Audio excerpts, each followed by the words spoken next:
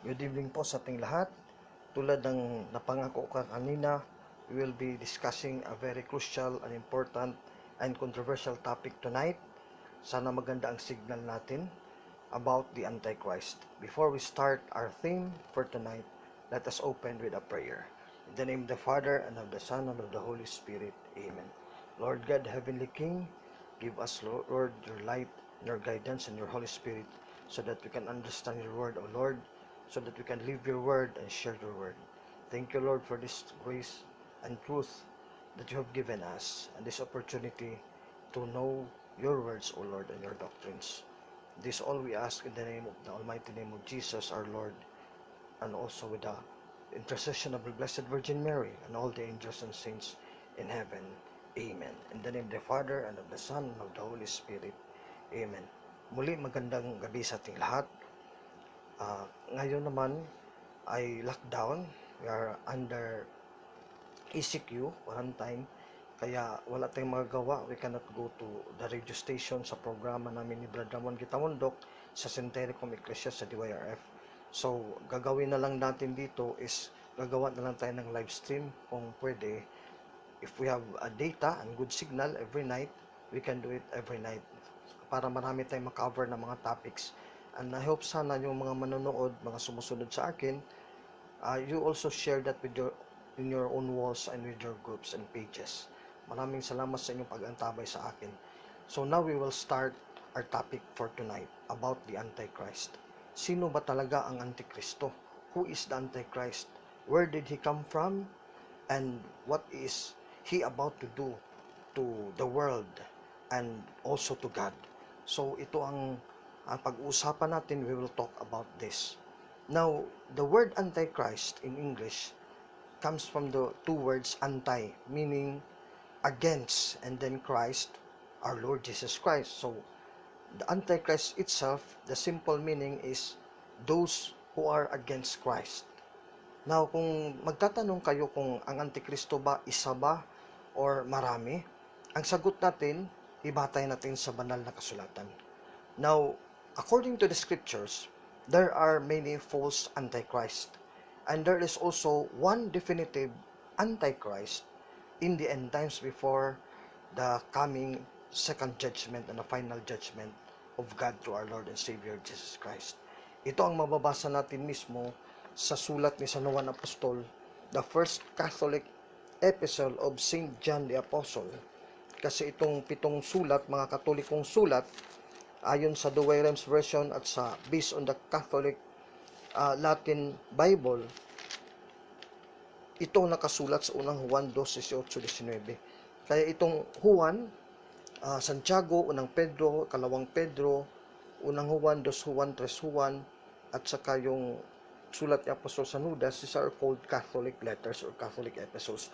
Kaya unang katolikong sulat ni Apostol San Juan, Catholic Epistle of St. John Apostle, unang Juan 2:18-19, ganito ang ating mababasa. Mumunting mga anak, ito ang huling oras.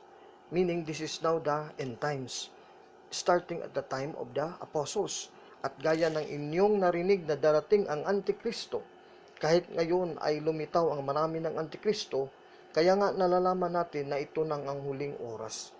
Kaya yan, ang Antikristo pala, sabi ni Juan Apostol, dito sa verse na binasa ko bago lang, 1 John chapter 2 verse 18-19, a Catholic Epistle of St. John the Apostle, marami daw ang Antikristo. So plural, mga Antikristo. Magsilitaw ang maraming Antikristo. This is daw the sign that it is now the end times, sabi ni St. John. In verse 19, how do we know where did they come from, this Antichrist? Sabi ni Juan, very simple, sila'y nangagsilabas sa atin. So, this Antichrist, maraming Antikristo, lumabas pala sila galing sa tunay na iglesia o galing sa tunay na kawan ng Diyos, na walang iba naman kundi Iglesia Katolika Apostolika Romana. Kasi nga, ito nga ang Catholic Epistle of St. John the Apostle, 1 John chapter 2, verse 18-19. Basahin natin ang patuloy. Sila'y nagsisilabas sa atin, so they came out of the Catholic Church, ngunit sila hindi sa atin, sapagkat kung sila'y sa atin, ay nagsipanatili sana sa atin, ngunit nang nagsilabas upang sila'y mahayag na silang lahat ay hindi sa atin. Napakaliwanag, ano? Tapos dito sa footnote ng King James Version, Tagalog, Protestant, King James Version na salin sa Tagalog. Ang dito sa corresponding verse is quoted from 1 John 2:18-19, hango din sa sabi ni Kristo ng ating Panginoon sa sa Mateo 24:5-24 at sa sulat ng apostol sa Pablo sa 2 Tesalonica 2:3-4.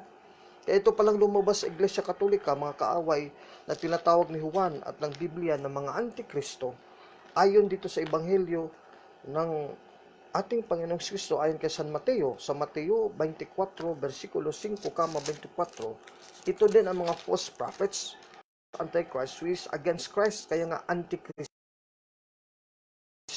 or kaaway ni Kristo. Mateo 24, sabi dito ni Kristo.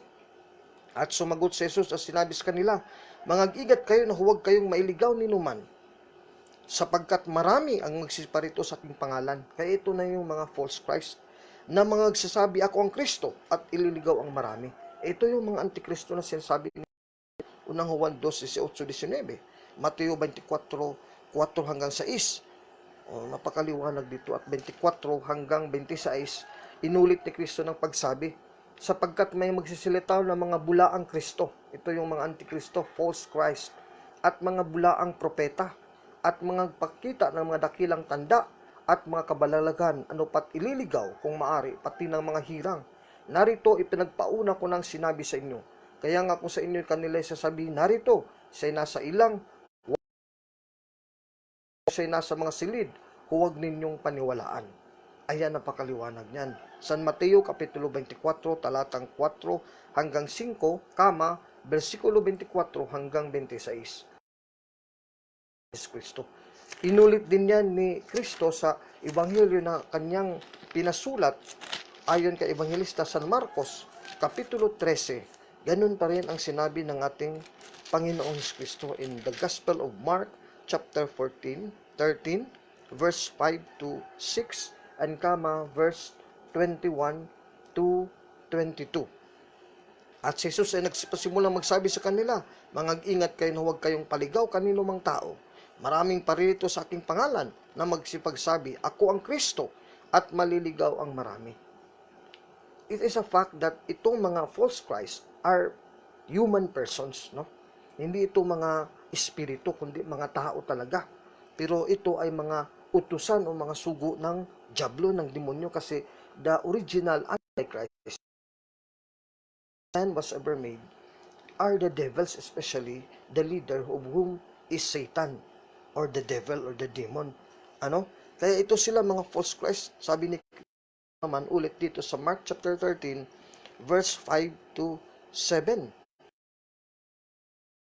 na mga pagsasabi, ako ang Kristo, at maliligaw ang marami. Sa verse 21-22, at kung magkagayon, kung may magsabi sa inyong sinumang tao, narito ang Kristo, o nariyan, huwag ninyong paniwalaan, sapagkat may magsisilitaw ng mga bulaang Kristo at mga bulaang propeta, at mga pakita ng mga tanda at mga kabalalagan upang mailigaw nila kung mangyari man ang mga hirang. Dapat tapwat mag-iingat kayo. Narito ipinagpauna ko ng sinabi sa inyo ang lahat ng mga bagay. Mark chapter 13 verse 5-6, verse 21-23, in correspondence also with Matthew chapter 24 verse 4-6, kinote ko kanina, verse 24-26. Kaya una, maraming Antikristo kasi lumabas sila mula sa Iglesia Katolika, mula sa atin. Sabi ng Biblia, sabi ni St. John, First Catholic Epistle of St. John the Apostle, chapter 2, verse 18-19. Maramihan. Collectively, they are marami kasi mga false Christ, plural. Maraming mga bulaang Kristo at mga bulaang propeta. Itong mga bulaang Kristo, ito rin ang mga bulaang propeta. Kasi itong mga bulaang propeta, sila ang mga Kristo. Ito nga. Now, dito sa sulat ni Apostol San Pablo, may sinabi si Apostol na meron talagang mga ng iglesia Kristo, kalaban ng mga apostol, kalaban ni Kristo, na maumangkin din na ang tinuturo nilang Kristo. Unang 2 Korinto 11, talatang 3 hanggang 5. 3-5. Ngunit ako takot, baka sa anumang paraan kung paano si Eva ay nadaya ng ahas sa kanyang katusuhan. Ang inyong walang malay at malinis sa mga pag-iisip na kay Kristo ay pasamain, sapagkat kung yaong paririto ay mangaral ng ibang Jesus. Ito yung false Christ na pinipreach sa mga false prophets, no? Na hindi namin ipinangaral. Mangaral ng ibang Kristo na hindi namin ipinangaral, sabi ng Apostol sa Pablo. O kung kayo'y nagsitanggap ng ibang espiritu na hindi ninyo tinanggap. Ibig sabihin itong ibang espiritu, ito ng mga demonyo, ng mga diablo, na magtuturo ng kamalian sa mga tao, na susuguin nilang maging bulaang propeta, na magtuturo ng ibang Kristo, magtuturo o ibang ebanghelyo din. They're preaching another gospel, the false gospel of Jesus, ay mabuting pagtitisan ninyo. Napakaliwanag. 2 Corinto 11, talatang 3 hanggang 4. Mga bulaang Kristo. So, batay dito sa Biblia, first, we have answered the question, isa ba ang Antikristo o marami? Both. May one definitive Antichrist in the end times, tapos mula sa mga apostol, kasi hindi pa yung definitive Antichrist na lalabas kasi end times pa siya lilitaw, marami pang Antikristo na lumabas sa Iglesia Katolika. Ayon sa nababasa ko bago pa lang, Juan 12:18-19, Mateo 24:4 hanggang 6, 23 hanggang 26, Marcos 13:5-6, 21 hanggang 23, at dito sa 2 Corinto 11, talatang 3 hanggang 4. Napakaliwanag dyan. Pero naman sinabi dito ni Apostol San Pablo, kasi ito rin footnote din to corresponding to the verse that I've read in the first Catholic Epistle of St. John the Apostle in 1 John 2:18-19, sa baba, Mateo 24:5, 24 hanggang 26, nandun din ang isang talata na sinabi dito sa 2 Thessalonica 2, Gs. So ito yung definitive Antichrist, the singular Antichrist that will come in the end times. Bukod pa doon sa maraming through times in the history, mula sa mga panahon ng mga apostol hanggang sa katapusan ng panahon. So collectively, marami silang Antichrist, no? Tapos, merong at the end times, the false definitive Antichrist na isang tao, lilitaw at lalabas bago magtapos ang sanlibutan and in the final second judgment to come. 2 Thessalonians chapter 2, basahin natin dito. Let us just read from verse 1 up to verse 10. 2 Thessalonica Kapitulo 2, 1 hanggang 10. Ngayon aming ipinamanhik sa inyo mga kapatid tungkol sa pagparito ng ating Panginoong Kristo at sa ating pagkakatipon sa Kanya. So, the second coming of our Lord Jesus Christ. Sabi ni St. Paul, upang huwag kayong madaling makilos sa inyong pag-iisip at huwag din naman kayong magabagabag, maging sa pamagitan man ng Espiritu o sa pamamagitan ng salita o sa pamamagitan ng sulat, na waring mula sa amin, na wari bagang nalalapit na ang karawan ng Panginoon. Ito referring to the day of the Lord, the judgment day to come, karawan ng Panginoon. Huwag kayong padaya kanino man sa anumang paraan, sapagkat ito hindi darating, meaning hindi daw magfa-final, lalabas muna, definitive, singular, darating, ibig sabihin, ang araw ng Panginoon, the second judgment, maliban nang dumating mula ang pagkataliwakas, meaning the apostasy, at mahayag ang taong makasalanan. So, the Antichrist will start the apostasy of people coming out of the church in the end times niyan, bago sa huling panahon ng second judgment and final judgment. At mahayag ang taong makasalanan, ang anak ng kapahamakan. I will read now the King James English after the Tagalog. Na sumasalangsang at nagmamataas laban sa lahat na tinatawag na Diyos o sinasamba at ng Diyos, na siya nagtatanyag sa kanyang sarili na tulad sa Diyos. He will claim to be God Himself. Kaya nga, kilala naman natin si tunay na Diyos at tunay na tao. Kaya itong tao na to, Antikristo, the definitive singular Antichrist who will arise in the end times, he will sit in the temple of God, in the church of God. He will destroy the church and claim power over the church, and he will declare as the God of all the world.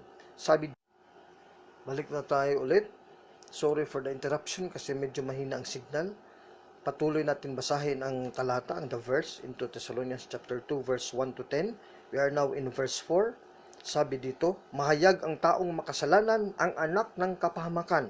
Ito yung Antichrist na sumasalangsang at nagmamataas laban sa lahat na tinatawag na Diyos o sinasamba. Ano pat siya'y maupo sa templo na siya'y nagtatanyag sa kanyang sarili na tulad sa Diyos. Hindi ba ganinyo naalala nang ako'y kasama ninyo pa, ay sinabi ko sa inyo ang mga bagay na ito. At ngayon nalalaman ninyo ang nakakapipigil upang siya'y mahayag sa kanyang talagang kapanahunan. May kapanahunan ang definitive singular Antichrist, yun nga sa end times. At ngayon nalalaman ninyo ang nakakapipigil upang siya'y mahayag sa kanyang talagang kapanahunan. Sapagkat ang hiwag magawa na ngayon hanggang sa alisin ito. Ibig sabihin ng apostol sa Pablo, may pumipigil. God prevents the Antichrist, the power of God in heaven, the Holy Trinity. Kasi inaalalayan pa ng Diyos ang iglesia through history. Kaya pinipigilan ng Antikristo. Pero darating ang panahon na si Satanas talagang magkakasi siya ng isang tao. He will send the definitive singular Antichrist and it will not be prevented because it will happen in the end times before the second final judgment of God. Kaya ang kapanahunan, pinipigil yan ang singular definitive Antichrist. Walang singular definitive Antichrist from the time of the apostles kasi lalabas ito talaga sa huling panahon na kasi pinipigil ang paglabas ito. Although gusto ni Satanas, ni Lucifer, na pumili ng isang taong maging isang definitive Antichrist to destroy the church and to destroy heaven, to do the final battle against God. Pero it is prevented by the power of God, prevented by the power of the Holy Spirit. So, he who restrains the Antichrist in the Catholic Church than God, the instrumentality of church. Na sinabi dito, at ngayon nalalaman ninyo ang nakakapigil upang siya'y mahayag sa kanyang talagang kapanahunan. Meron talagang kapanahunan ang end times sapagkat ang hiwaga ng kasamaan ay gumagawa na. So, evil is working out in the history of the church to destroy the church in history up to now, since the time when the church was built by Christ in 33 AD in Jerusalem. At ngayon nalalaman ninyo sapagkat ang hiwaga ng kasamaan ay gumagawa na, lamang ay may pumipigil ngayon hanggang sa alisin ito. At kung magkagayoy mahayag ang tampalasan, ito yung Antichrist, ang tampalasan, anak ng kapamakan, taong makasalanan, people against God, those who are effectively false prophets and false Antichrist, definitive singular Antichrist, yung tampalasan ng mga kaaway ng tampalasan na papatayin ng Panginoong Hesus ng hininga ng kanyang bibig. Kaya pagbalik ng Panginoong Hesus, papatayin niya ang Antikristo na definitive singular Antichrist when He comes back to judge the living and the dead. Basahin natin sa baba, sabi dito, at kung magkagayoy mahayag ang tampalasan, napapatayin ng Panginoong Hesus ng hininga ng kanyang bibig at sa pamamagitan ng pagkahayag ng kanyang pagpaparito ay lilipulin. Kaya pagparito ng Panginoong Kristo, lilipulin niya at papatayin ang Antikristo. Siya na ang kanyang pagpaparito ay ayon sa paggawa ni Satanas. Ito yung Antikristo. Gumagawa siya sa likod niya. He is guided and being given the power by Satan himself. Napakaliwanag. Ayon sa paggawa ni Satanas na may buong kapangyarihan at mga tanda at mga kangahangang kasinungalingan at may buong daya ng kalikuan sa nangapapahamak sapagkat hindi nila tinanggap ang pag-ibig sa katotohanan upang sila'y mga ligtas. Ay napakaliwanag dito. Sa 11:12, at dahil dito'y pinadadala sa kanila ng Diyos ang paggawa ng kamalian upang magsipaniwala sila sa kasinungalingan, upang manghatulan silang lahat na hindi nagsimpalataya sa katotohanan, kundi nangalugod sa kalikuan. Kaya si Kristo, meron siyang iglesia tinatag. Ikaw, Pedro, bato, at sa ibabaw ng batong ito ay itatatag ko ang Tuhan ng laban sa kanya. Matthew chapter 16 verse 18. Napakaliwanag, nagtatag si Kristo ng iglesia. Matthew 16:18 to 19. Tapos tinatag nito ni Kristo kay Pedro at binigyan siya ng susi ng kaharian ng langit. And I will give you, Peter, the keys of the kingdom of heaven. Whatsoever you bound on earth shall be bound in heaven. Whatsoever you loose on earth shall be loosed in heaven. Matthew 16:18 to 19. Kaya nga ang iglesia na tinatag na sa Mateo 18, walang iba ang iglesia Katolika. Ang kalaban na pinamunuan ni Satanas, merong definitive antichrist sa tao na utusan si Satanas sa huling panahon. 2 Thessalonica 2. Ito siya, may iglesia din, may mga sangkap din siyang mga tao, mayroon din siyang bayan na kanyang sarili. Kaya nga Antikristo, anong ginagawa ni Kristo? Kinakalaban na, kinakontra. Si bahan na kanyang tinatag sa Mateo 16:8.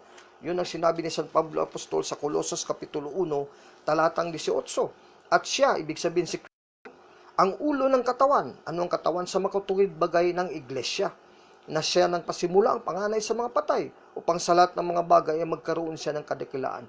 Colossus Kapitulo 1, talatang 18. Colossians chapter 1 verse 18. Kaya ang Antikristo din, magtatatag din yan ng mga simbahan ng mga. Kaya lumabas sila sa atin, unang Juan 2:18-19, sapagkat hindi sila sa atin. They preach a false Christ. Kaya nga Antikristo, kalaban ni Kristo, kaaway ni Kristo. They preach a false gospel. They preach a false church.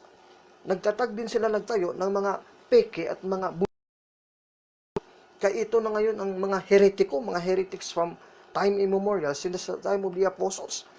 Mga heretics tulad ng mga Arians in the 3rd century, ng mga iba pang mga heretics na you can see on the historical record sa simbahang Katolik. No? Kaya marami yan sila Nestorios. Lumabas ito sila na mga Katoliko dati, pero nagtuturo ng kamalian. Isang tanda, sabi ni Apostol San Juan sa kanyang ikalawang sulat, 2 John chapter 1, verse 7-11, ito ang ating mababasa. Magtuturo ang Antikristo. Itong mga false prophets, yung I'm referring not to the singular Antichrist in the end times, nga who will receive and approve and teach all the history of the Catholic Church, mga maling aral na itinuturo sa mga kalaban ng simbahang Katoliko through history. He will adapt everything, all heresies. Kaya yun ang definitive singular Antichrist. Pero under him is a false church. Sakop din na kahit iba-ibang iglesia, mga false churches, false prophets. Pero under him kasi nagtuturo ng ibang aral o ibang-ibang, sabi ni San Pablo sa 2 Corinto 11:3-4. Ibang aral, ibang turo, ibang doktrina. Sa Second Catholic Epistle of St. John the Apostle, 2 Juan 1:7-11, sapagkat maraming magdaraya. Ito na yung mga Antikristo. Marami. Collectively, plural, no? Marami. Na nangagsilitaw sa sanglibutan. Sa makatuwid ay mga hindi nangagpahayag na si Jesucristo ay napaparitong nasa laman. Ito ang magdaraya at ang Antikristo. Kasi ang Panginoong Kristo natin, hindi pa siya naging tao, Diyos siya na tunay. Kaisa sa Ama at ang ng Espiritu Santo sa banal na Santissima Trinidad. Ngayon, naging tao siya para tayo ay tubusin at iligtas sa kasalanan, para magmana tayo ng buhay na walang hanggan, ng buhay ng Diyos mismo doon sa langit at sa bagong langit at bagong lupa na darating. Ito ang Antikristo, he will negate the truth or the fact that God became man. Kaya, hindi siya maniniwala at tatakihin niya, kakalabanin niya ang aral ng simbahang Katoliko, ang aral natin na si Kristo become incarnated, that Christ become incarnated, God the Son. Napakaliwanag dito. Na si Kristo ay napaparitong nasa laman. Hindi daw sila nagpapahayag nito. They do not profess such a faith. Ito ang magdaraya at ang Antikristo. Kaya itong mga bulaang propeta, mga false prophets, mga false teachers, mga false sugo at messenger of the devil, of Satan, magdaraya, mga Antikristo to. Marami sila. Darating mula sa panahon ni Kristo at mga apostol. Ang historically, lalabas ito. Kasama din ito yung mga, not religious figures, but also political figures. Kasama na sila Charles Darwin kasi nagtutulo ng maling aral. Evolution daw, walang Diyos, tao lang, naturalism. So, kasama sila sa Antikristo kasi hindi sila nag-aaral ng religious doctrines at mga teachings.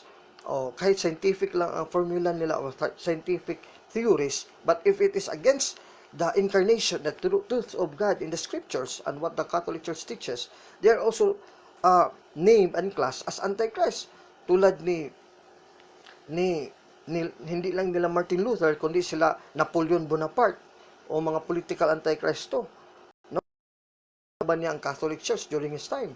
O kahit ang Roman Emperor, sila Nero, they're also antichrist kahit hindi sila religious, kahit sila political leaders because they led the world against Christianity and the Catholic Church. Kaya kasama din sila class as the antichrist kasi hindi kailangan na magkaisa sila kasi marami nga sila, nagkukontra-kontra din sila sa kanilang sarili kasi yan talaga ang that is the nature of the antichrist, the collective, maramihan ng mga antikristo, makaaway ni Kristo, marami sila, hindi nagkakaisa, walang espiritu ni Kristo, kundi espiritu ng pagkakabahagi-bahagi. Yan ang sinabi ng Catholic Epistle of St. Jude the Apostle. Bago natin basahin sa baba ang 2 Juan 1:7 hanggang 11, basahin muna natin ang Catholic Epistle of San Judas Apostol sa Judas Kapitulo 1, talatang 20. Ito yung mga antikristo mula ng 19 hanggang 20. Umpisa natin sa 18 to 20. Kung paanong sinabi sa inyo, sabi ni San Judas Apostol, Catholic Epistle of St. Jude the Apostle, Epistola Catholica at Sancti Judea Apostoli, o Epistola Catholica, Catholic Epistle. Kung paanong sinabi sa inyo magkakaroon ng mga manunuya sa huling panahon. Ayan, huling panahon din mga manunuya. Marami pala tong title, tong mga false Christ, mga antichrist, mga tampalasan na magsisilakad ayon sa kanilang